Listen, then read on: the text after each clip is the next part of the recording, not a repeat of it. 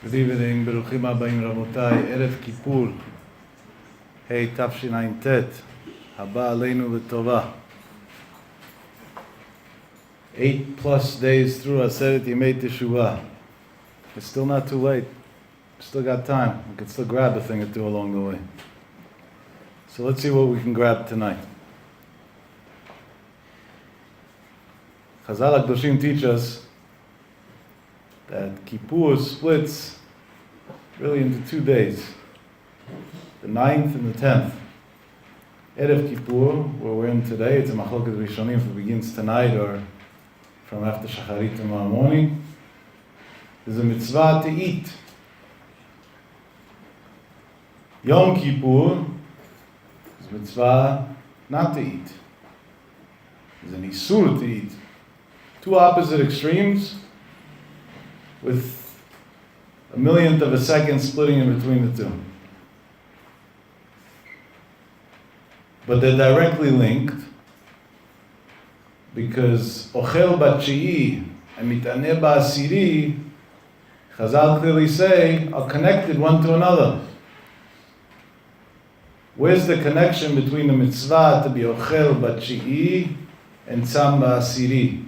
To eat on the 9th day of Tishrey and to fast on the 10th day of Tishrey. B'ezrat Hashem, b'li neder b'siyata shmaya, tonight we'll try and walk away with something. Even the greatest Talmidei Chamim of all the generations were extremely makpid to be mahader in this mitzvah of eating on the 9th day. It has very big inyanim in the mitzvah. Could be it's equal, if not more, to Yom Kippur itself. There was a great rabbi titled the Sfat Emet, but not the Sfat Emet that we're acquainted with frequently from the Ger dynasty. The Sfat Emet HaKadmon. He was a Kadmon. And he writes in one of his Sfarim, when he talks about Yom Kippur, a very interesting thought. He says, why did HaKadosh Baruch Hu make such a mitzvah to eat on the 9th day? So, obviously, the simplest way to get around this is to say, well, if you have to fast on the 10th, so eat on the 9th. There is an opinion in the Mefashim that's the opposite extreme of that. Well, one eats a lot and then fasts, it's actually harder to fast. There's more inui. So you get more sachar for the Yom Kippur that you fast, which is harder to fast. If you wean off of food, as many I hope are weaning off of caffeine already, because that will definitely make your prayers be more focused, then it would be an easier fast. When you eat the day before and then you immediately go into a fast, it's harder. These are the known explanations that Sfarim HaKadoshim bring down. The Sfat Emet HaKadmon adds his twist. And to explain his twist, I want to repeat a chidush that we said almost a year ago in Parashat Vayeshev. If you remember, then we asked, Achei Yosef, Shiftei Ka, we're talking about the giants of the world, sons of Yaakov Avinu, come to a halacha conclusion that their brother Yosef is a rodef. A rodef means somebody who's trying to get you, trying to kill you. And on Rodef, the halacha says, Haba lehorgecha, if somebody wants to kill you, Hashkem lehorgo, you kill him first. Achei Yosef, there's 9 of them, and they want to make a psak halacha, and along that, a nidui, that nobody's going to reveal the secret of the psak halacha, combine Borei Olam himself as one of their 10, and God agrees to be one of the minyan. And they come to the conclusion that Yosef is coming to harm them spiritually, and he's a rodef, and therefore they're allowed to kill him. At the end, they sold him, they didn't kill him, but it was close enough. And HaKadosh Baruch Hu Lichora agreed with them, because he was part of the 10. And right after they sell their brother to Arabs, that later on took him down to Egypt, the Torah Kedosha teaches us that they sat down to eat bread. They made a meal. It's bad enough that you're selling your brother. Let's even say they were right, al pi halacha, and that was their conclusion, that they have to sell their brother. But it's definitely not a reason of celebration. If anything, it's a reason to mourn. Even when one does something that is mandatory, if it inflicts pain on another, he doesn't celebrate at that moment. He mourns. Imagine you saw a prestigious neurosurgeon walking out of a surgery room, going to tell a family that his surgery, let's say in the best case scenario, was successful. But he walks out dancing, and he tells them, let's have a drink, and then I'll tell you what happened. And the mom says, it's my son, what drink? And he says, no, I love blood. This was so much fun today. I sliced your son's head in half. I played around with a lot of things inside. And he's still alive. It's kind of cool. Let's have a celebration. Let's order some pizza. It's called Bravos. Tell them to send us some pizza. That was the plug I owed you. Nobody would do that, right? And if a family would do that, this would be the headline news. This would come before false alarm Hurricane Florence. Achei Yosef, Shiftei Ka, the Shvatim, the holy Shvatim, sell their brother. Let's say they had to do it. It was right. That's what the situation mandated. And immediately after, they go and they sit down to have a meal, to have a feast. Rabotenu HaKadoshim were mechaven l'davar echad, many different svarim, all mechaven to the same answer. The Shvatim were extremely calculated. And Mishum Gadlutam, because of their greatness, they didn't do nothing without rethinking it multiple times. And when they got to a point that they had to sell their brother, once they did the action, they spoke between them and said, what if we're wrong? What if what we did wasn't right? And they all looked at each other and said, what do you mean? It was right. We spoke about it. We taught it from every angle. We were done bi'inyan halacha. We concluded very clearly that al pi halacha, we must sell our brother. What's the question? Of course we're right. And then they said, but wait a minute. There is a time in somebody's life where his judgment is off. Many times. But amongst the many times, one of those is when he's hungry. He says, it's been a long day. We didn't eat. We're hungry. Maybe because we're hungry, we were quick to judge our brother and didn't indulge deep enough into all the sides and into the limud zchut and into the kav zchut that maybe we would have found to say that we don't have to sell our brother. Maybe our hunger is what caused us to do what we did. One of the worst times to try and rationalize with a guy is when he's hungry. Brain doesn't work. Guy comes home from work, and his wife was waiting for him all day, and she's expecting the smiley, lovey-dovey boy to walk in, and the hungry lion walks in, and all hell breaks loose. And there were two mistakes in that problem. One was her false expectation, not being practical, and the other was his coming home famished from hunger. Because when you're hungry, you explode quickly. So dafka, because of that, they came up with a conclusion that they're going to buy food. They're going to sit down and eat. And after they eat and they're no longer hungry, they're going to reassess their judgment from scratch. And once they reassess their judgment again, if the conclusion's the same, they know what they did is right, and if not, they still have time to make a change. Comes the Sfat Emet HaKadmon and says, based on this idea, he doesn't say this pshat, but This is just to understand his idea.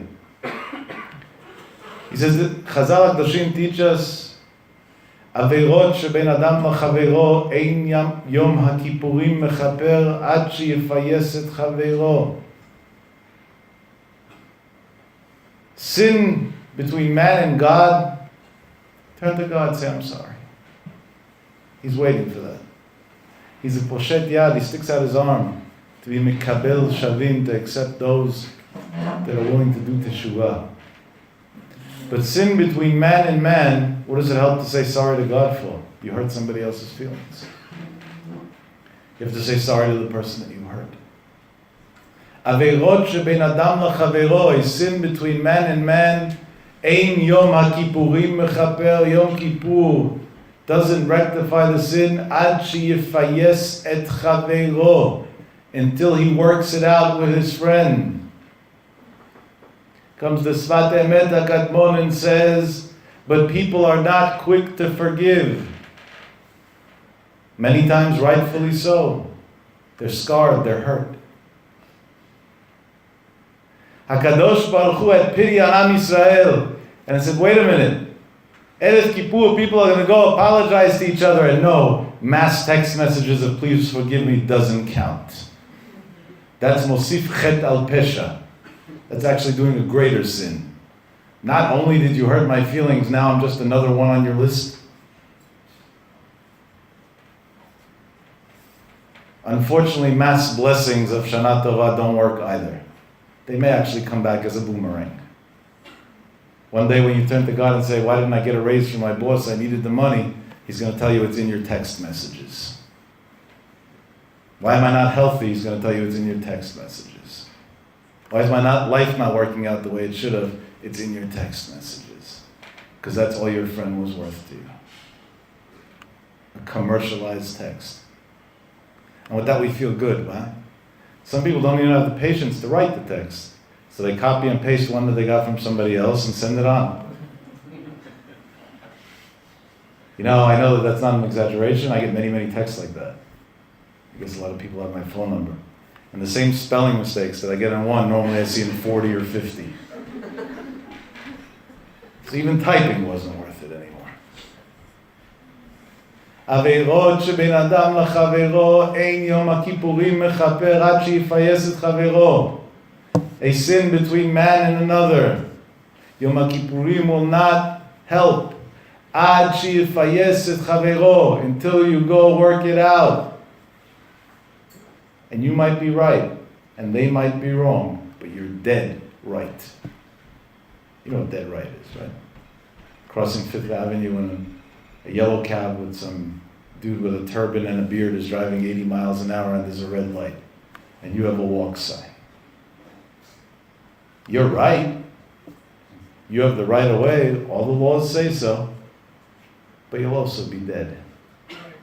That's called dead right. I'm right!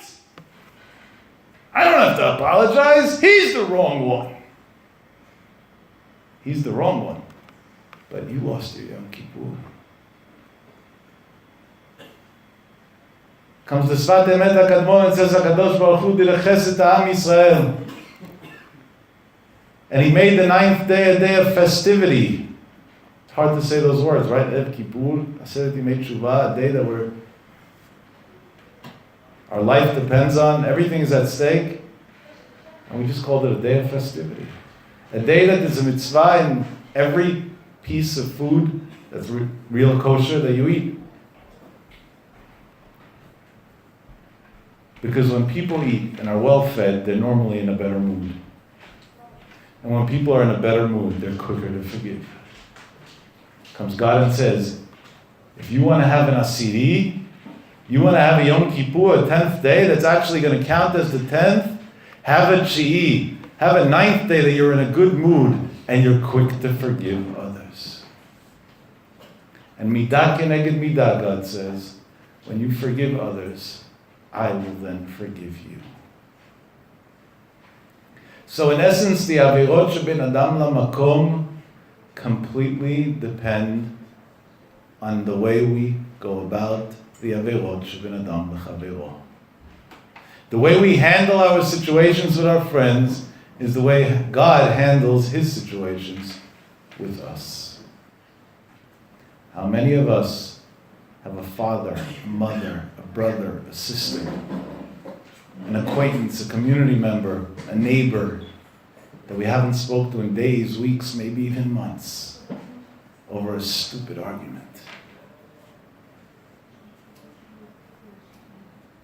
You want to feed your soul tomorrow? Be an ochel batchi'i. Pick up the phone. If you're wrong, it's a no-brainer. But I'm talking about when you're right and they're wrong, beyond reasonable doubt. And say, I'm sorry. The fight's over. There's no reason for this anymore. It's gone. And you know who's going to benefit from that? You. The one who's going to prosper, both physically for a better quality of life, and spiritually for a proper kippur and an easy judgment to the good, will be you. A spouse.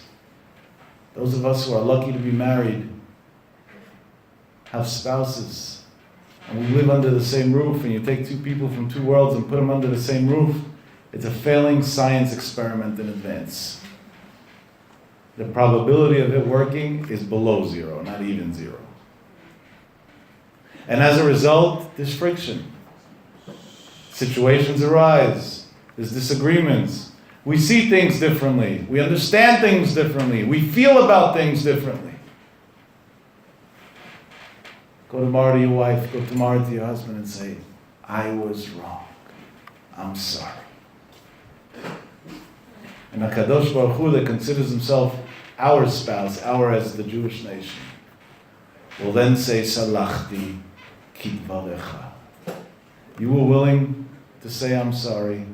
I am willing to say, I forgive. But if you're not willing to say, I'm sorry, I'm not willing to say, I forgive.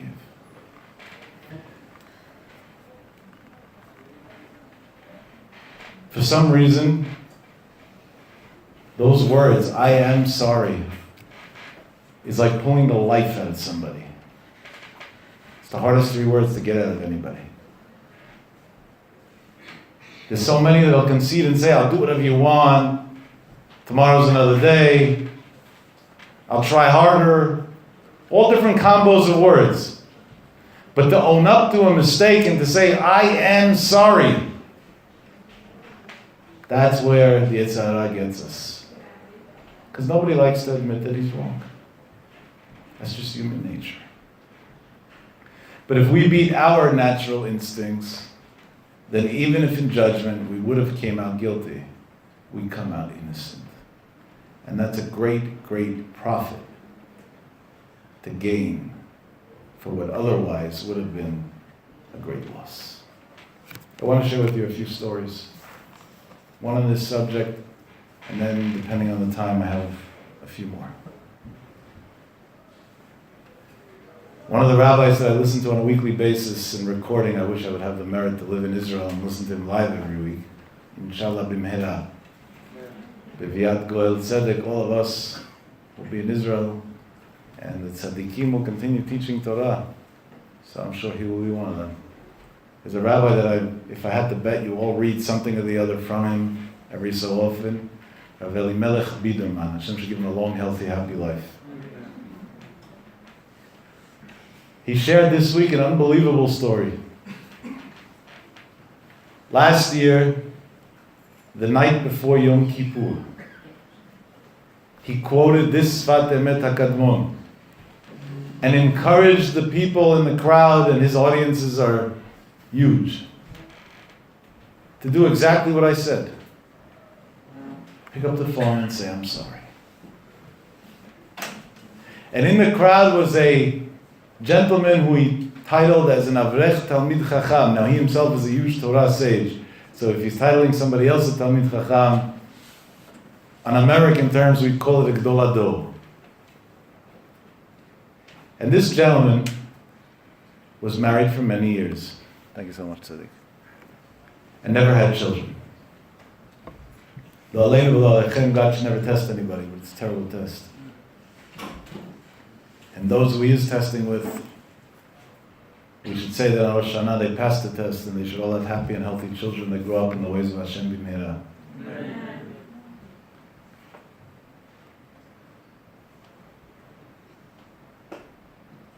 This guy hears the darash that Rabbi Biderman gives the night before Kippur, and the first thing that comes to his mind is a fight that he has with somebody for 25 years.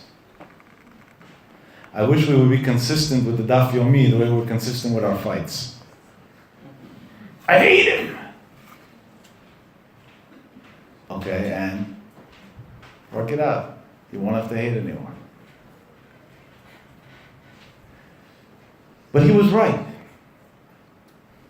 When he was in high school, there was a boy who was 1 year older than him. And this boy used to bully him. Tragic. Yes, sometimes lo aleinu lo alechem, we should never know, even in Olam HaYeshivot, things like that happen. And for a while, he suffered greatly, emotionally as a result. And at one point, somebody gave him very not brilliant advice. And that was, you have to learn how to stick up for yourself, fight back. So now it became a war. And the whole yeshiva knew there's A, who bullied B, and there's B, who's retaliating. And now you gotta pick which camp you're in. They have this long-standing fight. And finally high school's over, and he leaves and he moves on to a different yeshiva, and with a lot of hate and resentment in his heart, he says, Baruch shepitarani me'onsho shel hazeh. Thank God I don't have to deal with this nut anymore. I'm moving on in life. A few years went by and he got married, and many years after that he didn't have children. And the next morning he decides that he's going to look out for this person and try and track him down, and he's going to go to apologize, even though he was the victim. But at the end of the day, his means of retaliation weren't according to the halakha. It was lo tikom. And he locates the gentleman, and he goes to him. And he tells him, 25 years ago when we were in high school together, this is what went on. I'm sure you remember. And I'm sure you felt disrespected because you were older than me when I used to fight with you. And when I made 2 camps in the room. And when everybody had to choose on which side they're on. 25 years later, I'm coming to say, I am sorry. The guy's shocked. And he looks at him and he tells him, my dear friend, what are you up to in life? And he says, I'm married, I study in Kollel and that, and thank God everything's okay. And he says, you have children? And he says, no. And he said, I don't have children either. But I never got married. And over there they look at each other and hug and kiss and forgive each other. And they say bygones are bygones, and what a waste of time and energy to live in the past. And when they do that, they wish each other Igmal Chatima Tova and part ways to synagogue with a lot of love. But there was one more entity that was right in between those 2 people that hugged and kissed after 25 years. God Himself. And that night when those 2 gentlemen walked into the synagogue and said, Kol Nidrei, God said, what Kol and what Nidrei? I have better people than all that. After 25 years, my kids are finally getting along. We'll fast forward to EREV Shavuot of this year, just a few months ago. Simple calculation, 9 months and a few days later. This gentleman had a baby boy. After over 15 years of being married and not having children. Naturally. Against all doctors' predictions. He's in the hospital. And al pi halacha, some of us don't have that custom, I'm not sure why, but When one has a child, he has to make a blessing. Hatov v'amitiv, that God gave him a great gift. And this man who waited 15 years for a child together with his wife, you can imagine what excitement, what electric was inside of him when he went to make that blessing. And he couldn't just do it over there in the hospital room. He goes running to the elevator, down a few floors in Asuta Hospital, outside, goes into the parking lot, sticks his arms out and shrieks on the top of his lungs, Baruch Hatov Ha'Meitiv, thank you Hashem, I love you. I have a healthy boy, I have a child. And as he's shrieking on top of his lungs, a gentleman taps him on his shoulder, and he turns around, and he sees this man that he asked forgiveness from 25 years late. And he says, what are you doing here? He says, what are you screaming about? He says, I volunteer as a medic. I came to drop off a patient. And I see somebody screaming in the parking lot. I figured you might need help. I came to see. He says, help? No help. My life is as beautiful as can possibly be right now. He says, why? He says, I just had a healthy child. He says, wow, I'm so happy for you. And I hope I can merit in a few months to say the same. Because a couple of months ago I got married.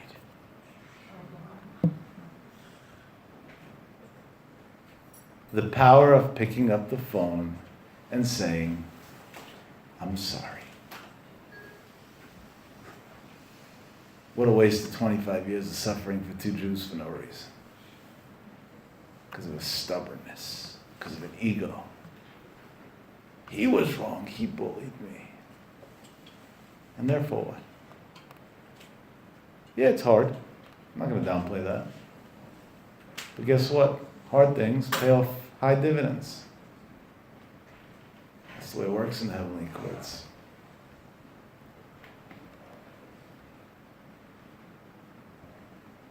And here's where I think we have to take this to heart beyond just a story.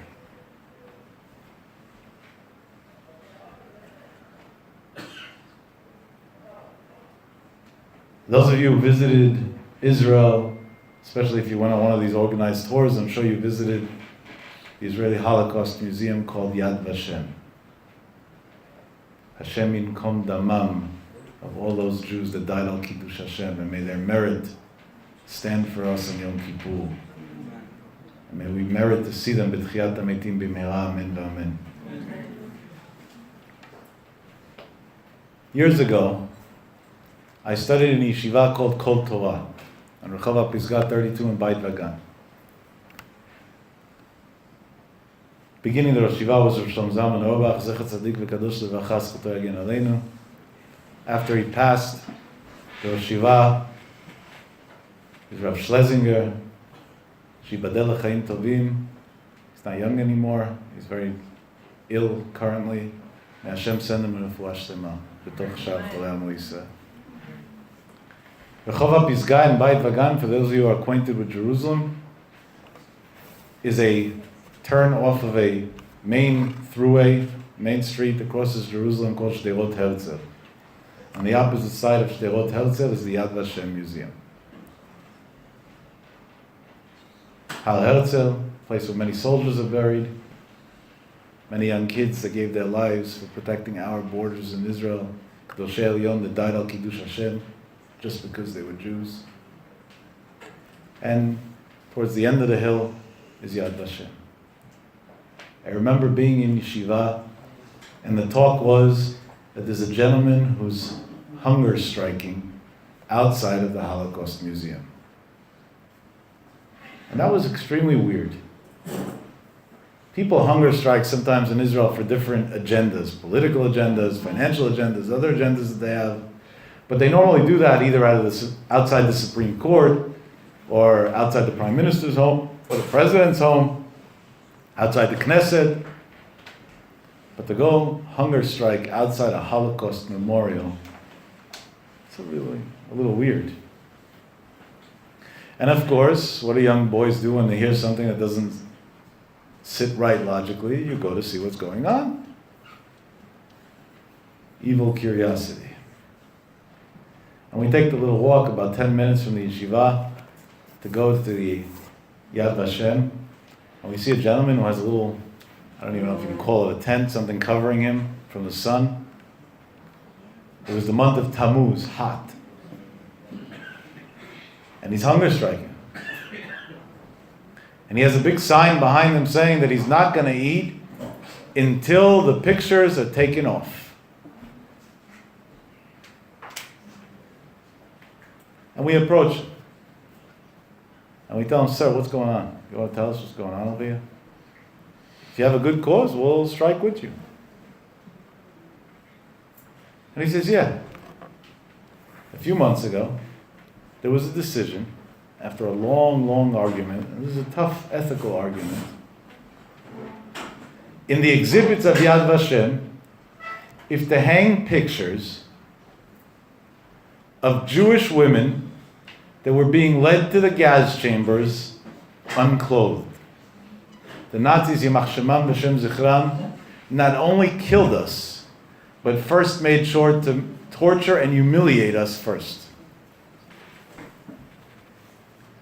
There were pictures that they got a hold of this, and one side of the camp said, we must hang this up, because people have to know the truth. People have to be shaken up by the horrors of the war. And the other side said, it's bad enough that these women were embarrassed once. We should go humiliate them again? It's not appropriate. Let's skip this exhibit. This was a fight that went on in Israel for a long time, and at the end, I'm not sure based on what, they concluded that they're going to keep this exhibit and hang up these pictures. And this guy is hunger striking until they shut down the exhibit.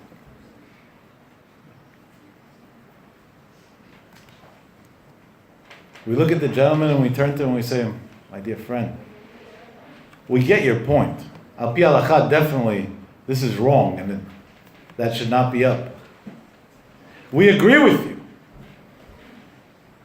We're even willing to fight for you, for what you believe in, because we think the same way. But we're trying to understand. Can you help us understand? And he says, what do you want to know? He said, there's 7 million Jews in Israel. Why are you the only one who's hunger striking? Everybody else, there was debates, there was a court case, there were appeals, lawyers, media, press hype, but that's where it ended. Why you? And you don't even look that old. You're not a survivor. Why would a young man in his right mind go on hunger strike in the heat of Jerusalem in the summer over an exhibit? And the guy looks back into our faces and says, to you, this is a matter of intellectual property, whether this is ethical or unethical, whether this is right or wrong.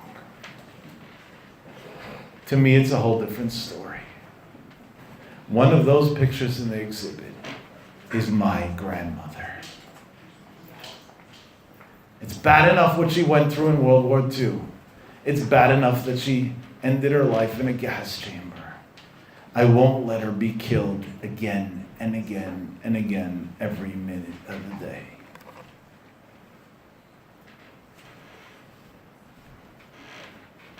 +38 days ago, when we began Yemei HaRachamim VaSlichot, to some of us, this was a matter of what the rabbis are going to speak about, what the Torah teaches us. Will we go to Slichot? Will we not? Sephardic guys got the raw end of the deal. Got to go for 40 days. Ashkenaz get away with 10. What's going on? When you'll eat gefilte fish that shakes on your plate, then we'll talk about doing Slichot for 10 days. They do tshuva a whole year, even their fish shakes.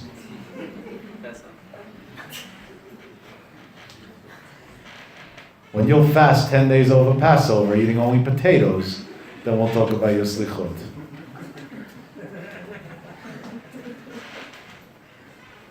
But that's what it was. And some of us made it more, some of us made it less. But at least we had good intentions. And then the clock started ticking and we got closer to Rosh Hashanah, and on the eve of Rosh Hashanah, I was here, most of you were here. It was sold out, suddenly so many new faces. I can almost say Baruch Shechianu with Shem HaMalchut. Wow. I also wanted to add in a cynical comment of where were you all year, but I wanted to be more optimistic that we'll see you more often in the coming year. Then Rosh Hashanah came, synagogue packed, shofar, everybody listens. Women that are not even obligated in shofar go running to hear shofar. It amuses me the way the human mind works. Walking around with a skirt that's short is a problem of a constant isur doraita, at least one, maybe many, every second of the day. But shofar, which is a mitzvah that a woman's not even obligated in, she goes running to synagogue in the rain to hear. Priorities. Sometimes you got to get them straight. You know, there's a great rabbi that I'm sure we all listen to on one occasion or the other, Rabbi Eli Mansa, one of the men who spread the most Torah in this generation in the world. Amazing person. And I myself had listened to many, many hours of his classes over the years. Many hours. Some live, some because I was speaking either before him or after him, some on recording, some on websites, all different forms. And of everything I learned from him, believe it or not, as trivial as this is going to sound, there was one thing that I heard live right here upstairs in the synagogue a few years ago before Rosh Hashanah that stuck with me more than everything else. He was speaking the night, I think it was 2 nights before Rosh Hashanah in the synagogue upstairs, and he said that, you know, a rabbi today has to be multi-talented. Besides for knowing Torah, which hopefully they do, you have to be a chazan and a Baal Koreh, just in case one of those don't show up, and a psychologist for sure, because everybody calls you with their problems, and a very patient person, and a very tolerant and forgiving person, and normally we also have to take care of the needy, so you have to have charity foundations, so you've got to be a beggar too once you're at it, and the list goes on and on and on. People have no idea what those in the pulpit have to go through. It looks good from far. You don't understand what goes on an average day from morning to night. One of the trends that we have to go along with is people calling you on random occasions for the Jewish favorite word, sgulot. Rabbi, you got a sgula for this, you got a sgula for that. Everybody wants a sgula. Even God says that. Ve'item li am segula. You're going to be a nation that's always going to be looking for segula. Baruch atah Adonai Eloheinu melech haolam she'hakol nihya b'dvaro.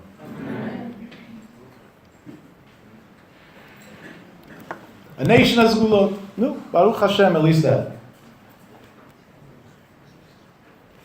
And he says one day a woman walks into his office and she says, Chacham, I was diagnosed with an illness. And it's an illness that can be life-threatening. And I'm looking for a sgula to get healthy. Sgula to get healthy. Makes sense, right? She's got a problem. She's looking for a fix. So the rabbi turns to her and says, you went to the doctors. Did you get proper advice? Which doctor to go to? Not just randomly pick whoever's in the yellow pages. Yes. Are you going through treatments? Yes. Meaning ishtadlut, she's doing superbly.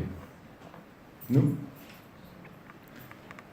And the rabbi turns to her and says, so what do you want exactly? So she says, a sgula. A sgula for what? To feel better. And he says, you need a sgula. That's going to be a little bit tough. I can't just give that to you in 1 second. I got to go to another room in my house, be with myself for a few minutes, and see if I can come back with a sgula for you. She's all excited. The rabbi's going to give her a sgula. What could be better than that in the world? Right, the sgula is going to work. And he goes to his wife and he says, my dear wife, do you happen to have a button in the house?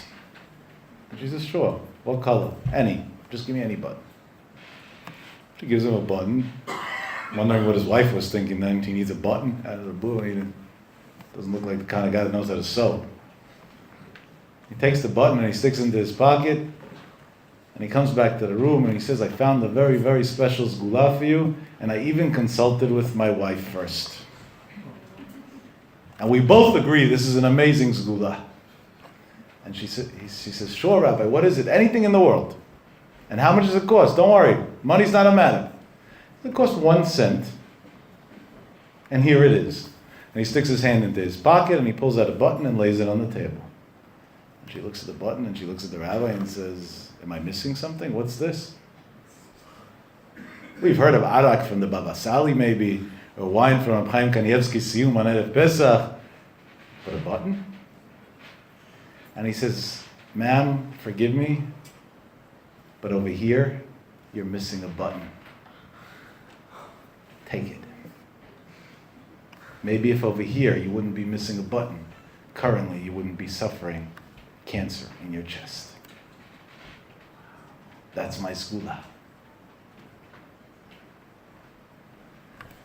We're going to all run to buy mafti yonah and tichal parnasa and this and that and the other and everything. All beautiful things. Synagogues need money. I'm not saying no. We run one here. It costs a lot, let me tell you. But if you don't have a button, where are you going? Start with the basics. Let's start somewhere. Start with the ABC. Start with the part that God says, to me this is more important. To me this is what I want first. So he said, Erev Rosh Hashanah, I'm repeating it at Erev Kippur. People look for all these kabbalot to take upon themselves when it comes to Erev Kippur. I'm going to do this and I'm going to do that. Read this and do that. Make brachos parties and hafrashat challah. I have a good idea for you. Instead of hafrashat challah for the women, let's make events that we do hafrashat jeans. That we take all the pants and burn them in a bonfire. You can hold me responsible in Olam HaEmet that will bring 20 million times more benefit to the Jewish nation and to yourself than all the hafrashot challah of the world combined.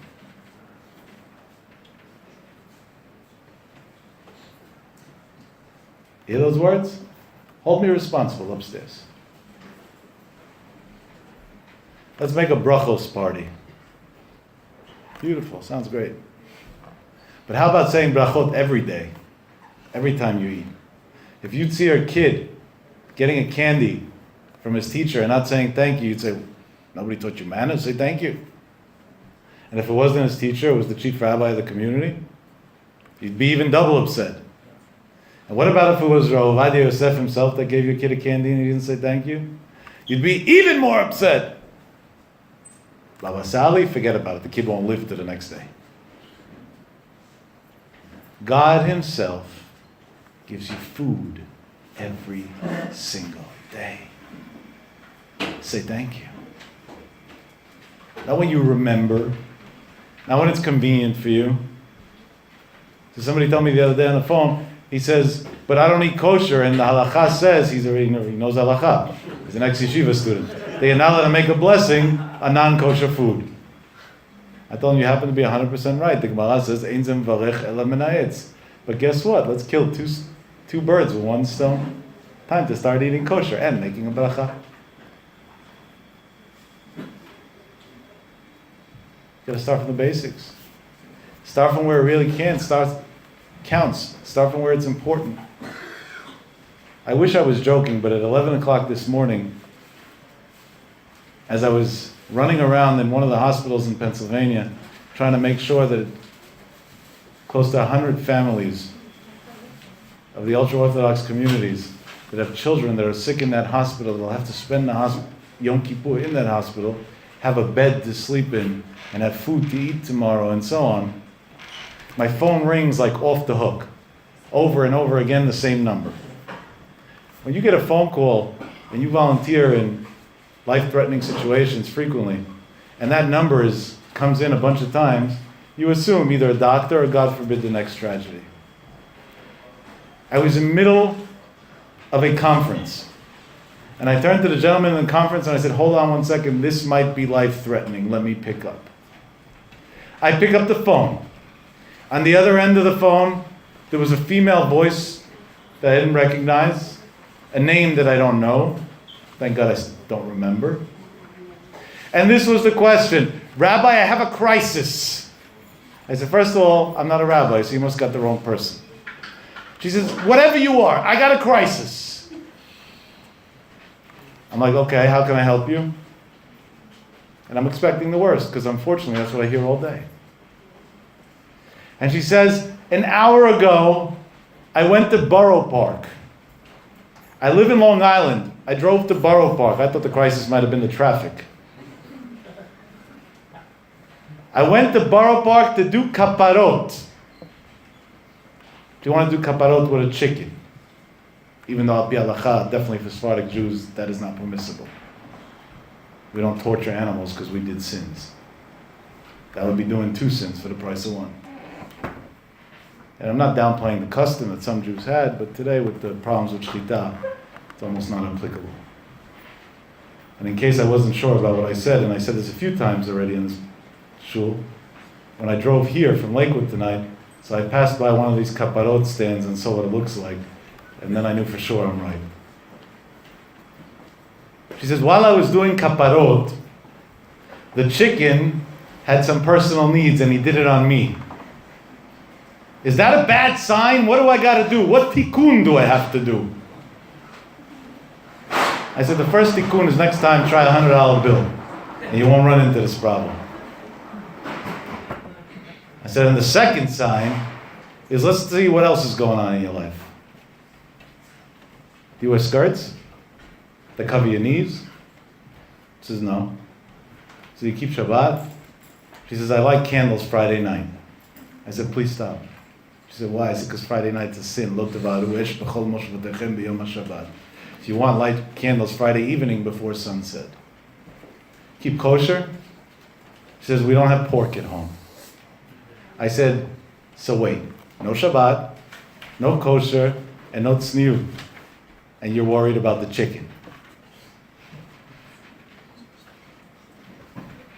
Am I missing something? And this was the emergency? I said, let me tell you what the emergency is. You go into your walk-in closet right now and dispose of a long collection of clothing that shouldn't be there. And go on a shopping spree. And if you can't afford it, we'll get you a sponsor. And maybe take somebody with you so you know the halakha and do it right this time. You don't eat chickens anymore. You're done. I said, and anyway, a chicken doesn't really help because you did sins like a cow. What's a chicken going to help? Let's get things into proportion.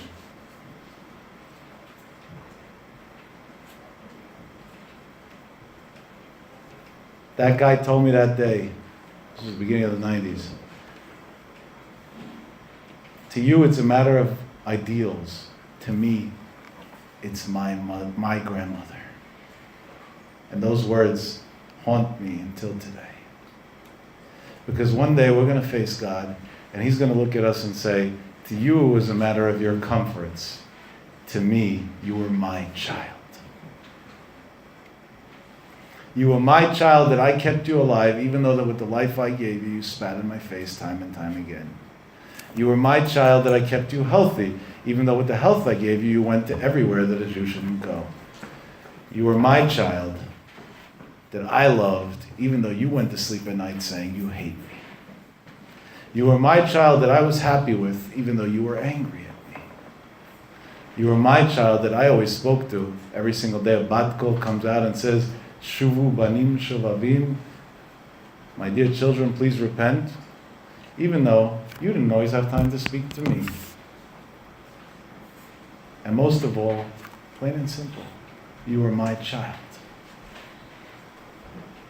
My child, that's it. Unbelievable. So if you want to know what Kol Nidrei is, it's not who holds the Sefer Torah, it's extremely important. But that's a side thing. That's after you get done everything else on the list. It's not how loud you scream, Hashem, Hashem. It's extremely important to pray from your heart. What are you going to stream Hashem Hashem if you behave the opposite of Hashem Hashem? How does that work? Hashem Hashem is Hashem Kodem Shechata and Achar Shechata. I'm the same God, I'm the same Father, I love you unconditionally, and therefore, maybe, realize that.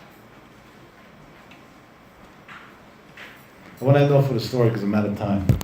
I had a bunch of more good stories, but I guess I'll have to wait. Rav Shalom Shvadon used to say this over very frequently. I heard it myself, and he passed away when I was relatively young, many times from him. And he said it about himself. He lived in Shalei Chesed / Nachlaot, in an area that at that time there was no road that went through it. It was like a little alleyway, and it was like a sidewalk with staircases. Part of it's like that until this day. And he said one day, he was sitting and learning in his house. He didn't have air conditioning. It was a hot day, and he left his front door open to get air, or at least he was hoping to get air. And his wife, because it was hard for her to be inside because of the heat, a lot of times she would sit by the door itself. And she's sitting there, and she sees a kid running, and as he runs by their house, he trips, and he falls, and he hits his head, and he's now bleeding. And Rav Shvadron says that his wife comes inside and tells him, Shalom, listen, a kid just got injured. We have to take him to the hospital. Over here, even if we call an ambulance, there's no way to get in. You got to take him to the main street. In the meantime, I'll call, an ambulance will meet you, and you rush him to the hospital. No one will figure out who the parents are, but Pikuach Nefesh, kid got hurt, I saw it happen. And of course, Pikuach Nefesh, Doche, even Talmud Torah, he closes his Gemara, he runs out of the front steps. He goes outside, picks up the child, tries to do whatever he knows how to do to stop the bleeding and to clean him off. He puts him on his shoulder, and he starts running briskly towards the street to be able to get into a hospital. And as he's going towards the main street, it was a little bit of a downhill, a woman who was sitting on a porch one floor up sees him from far holding a kid, and on his face he looked extremely serious. She sees the blood stains on his shirt, she understands what's going on, and to encourage him, she screams from the porch and says, Reb Shalom, al tidag, be'ezrat Hashem hakol yeh beseder. Don't worry, God willing, everything will be all right. And as he's getting closer again and again, she keeps on repeating these wonderful words of encouragement. Don't worry, everything will be all right. And as he goes right under her porch and she looks directly down, she sees that that child was none other than her own grandchild. She comes racing down a flight of steps. She goes running behind Rav Shalom Shvadron, and she's shrieking on the top of her lungs, Maher, ambulance, bet cholim, quickly, an ambulance and a hospital, the kid's hurt.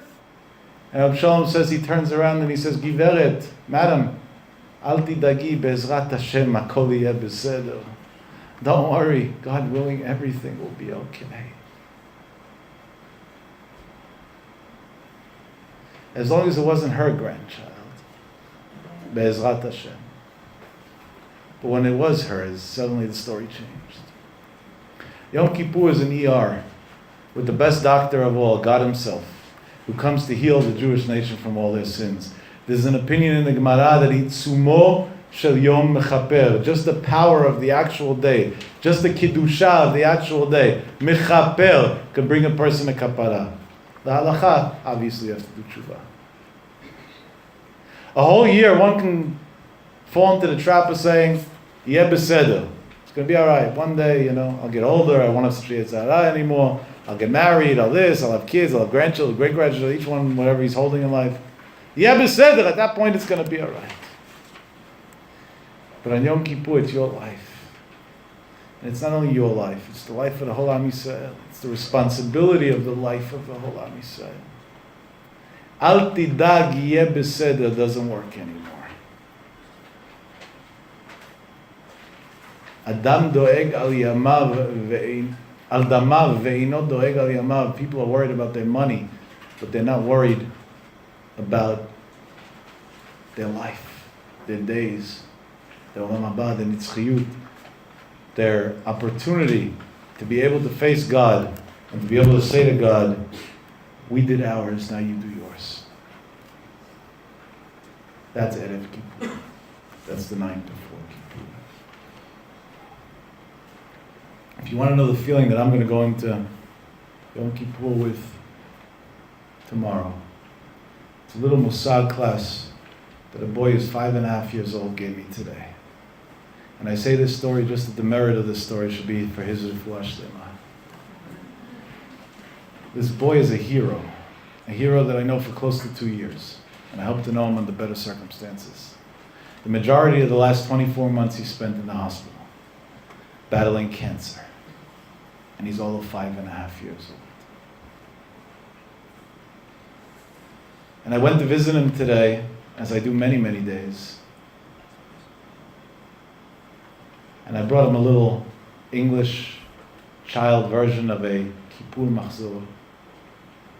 And I told him I'm going to miss him and I love him dearly, and I'm going to pray for him in synagogue in Kippur. And I did not tell him everything's going to be okay, because I'm not God, his spokesman or his assistant, so how would I know?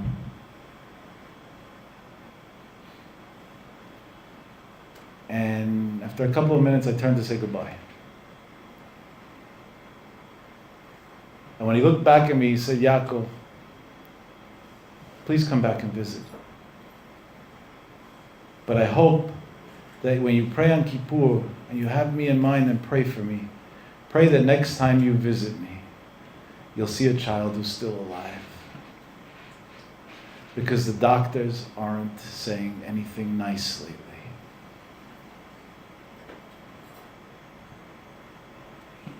And I was frozen. And I'm standing there in Philadelphia in the hospital looking at this child, and what am I supposed to say? And of course, I tried to the best of my ability to give him a few words of encouragement. A hero, a real hero.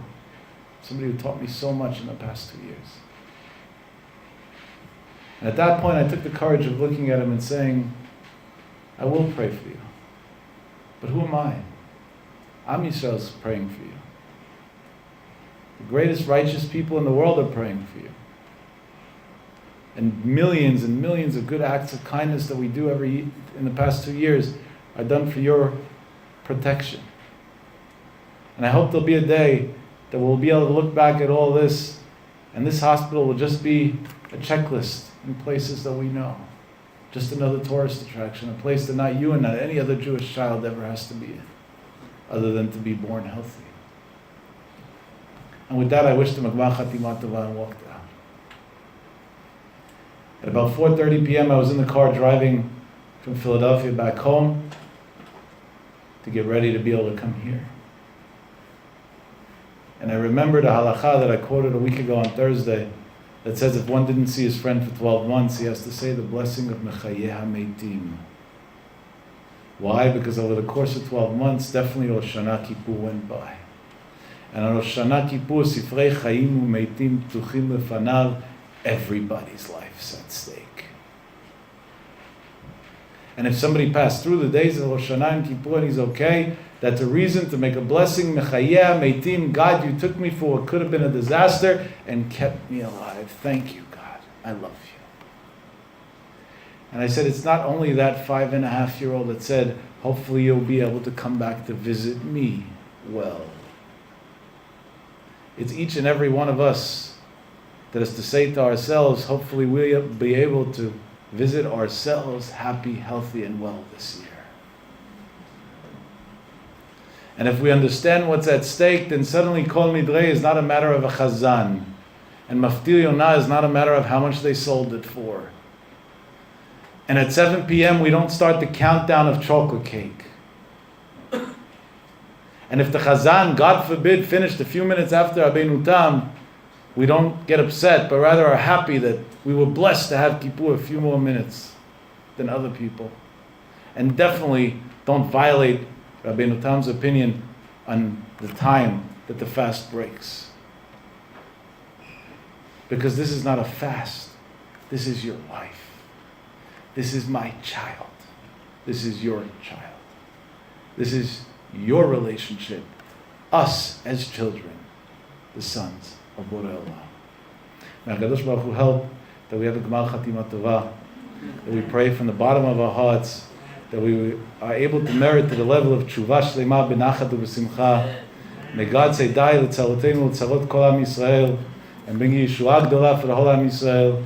And may it be a year of many, many celebrations, and the ultimate celebration, Beshuv Hashem et Shivat Zion, Hayinu Kecholmim. We should wake up from this nightmare of a dream of the exile of over 1,950 years now, to Biat Goel, Sukkot, we should be in Yerushalayim with Mashiach Tzidkenu.